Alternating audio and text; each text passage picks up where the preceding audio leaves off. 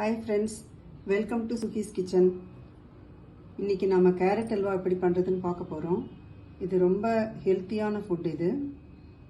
குழந்தைங்க விரும்பி சாப்பிடுவாங்க. இதுல சர்க்கரைக்கு பதிலா நான் வெல்லம் சேர்த்து செஞ்சிருக்கேன். ஏன்னா சர்க்கரையை விட வெல்லம் நம்ம உடம்புக்கு நல்லது. வாங்க வீடியோக்குள்ள போகலாம். கேரட் அல்வா செய்யறதுக்கு முதல்ல அடிகனமான வாணலி வச்சிருக்கேன். அப்பதான் அடி பிடிக்காம வரும். நீங்க வேணா பிரஷர் பேன்ல வச்சு கூட செய்யலாம். முதல்ல ஒரு 2 டீஸ்பூன் நெய் சேர்த்துக்கணும். அதுல இது ஒரு 1/4 கிலோ கேரட் துருவி வச்சிருக்கேன். இதை சேர்த்து மீடியம் ஃப்ளேம்ல ஸ்டவ் வச்சு ஒரு 5 நிமிஷம் இதை பச்சை வாசனை போகிற வரைக்கும் நல்லா வதக்கி விடணும். 5 நிமிஷம் வதக்கியாச்சு. இப்போ இதோட ஒரு 1/4 லிட்டர் பால் சேர்க்கிறேன். இதோட பால் கொதிக்கும் போது இந்த கேரட் நல்லா வெந்துடும். மீடியம் ஃப்ளேம்லயே வச்சு இதை நல்லா கொதிக்க விடணும். நடுவில் கிளறி விடணும். இந்த மாதிரி இல்லாட்டி அடி பிடிச்சிடும். இப்போ கேரட் நல்லா வெந்துடுது. இதில் ஒரு 150 கிராம் அளவுக்கு வெல்லம் சேர்த்துருக்கேன். நான் 2 கைப்பிடி அளவு இருக்கும். சர்க்கரை வேணும்னாலும் சேர்த்துக்கலாம். வெல்லம் போட்டால் உடம்புக்கு நல்லது அப்படிங்கிறதுனால வெல்லம் சேர்த்துருக்கேன். நான் அடுப்பு சிம்லையே வச்சு இதை கிளறி விடணும். வெல்லம் நல்லா கரைஞ்சு இதோட சேர்ந்தா மாதிரி வரும். வெல்லம் கரைஞ்சப்புறம் நல்லா கொஞ்சம் கொதிச்சப்புறம் அது கெட்டியாயிடும். அப்போ நம்ம முந்திரி பருப்பு ஏலக்காய் அதெல்லாம் இதோட சேர்க்கணும்.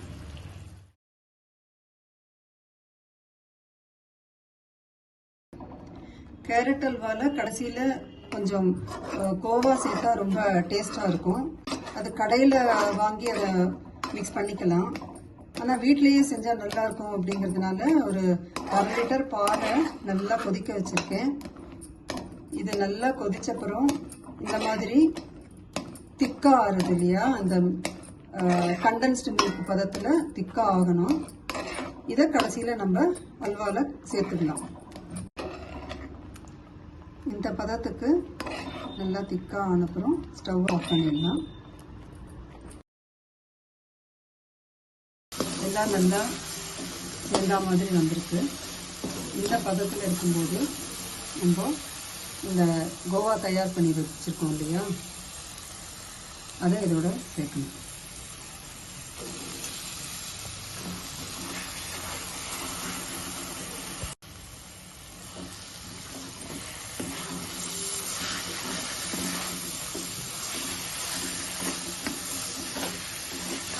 நல்லா கலந்து விடணும்.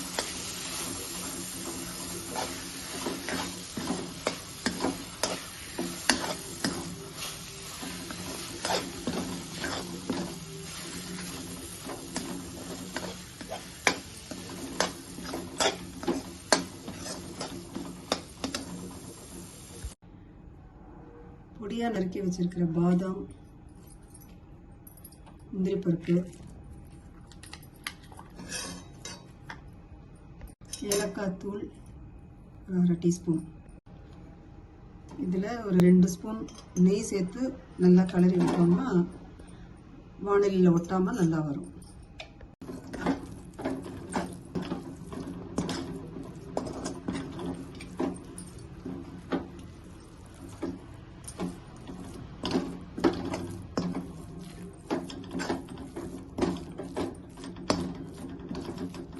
கேரட் அல்வா ரெடி ஆயிடுது.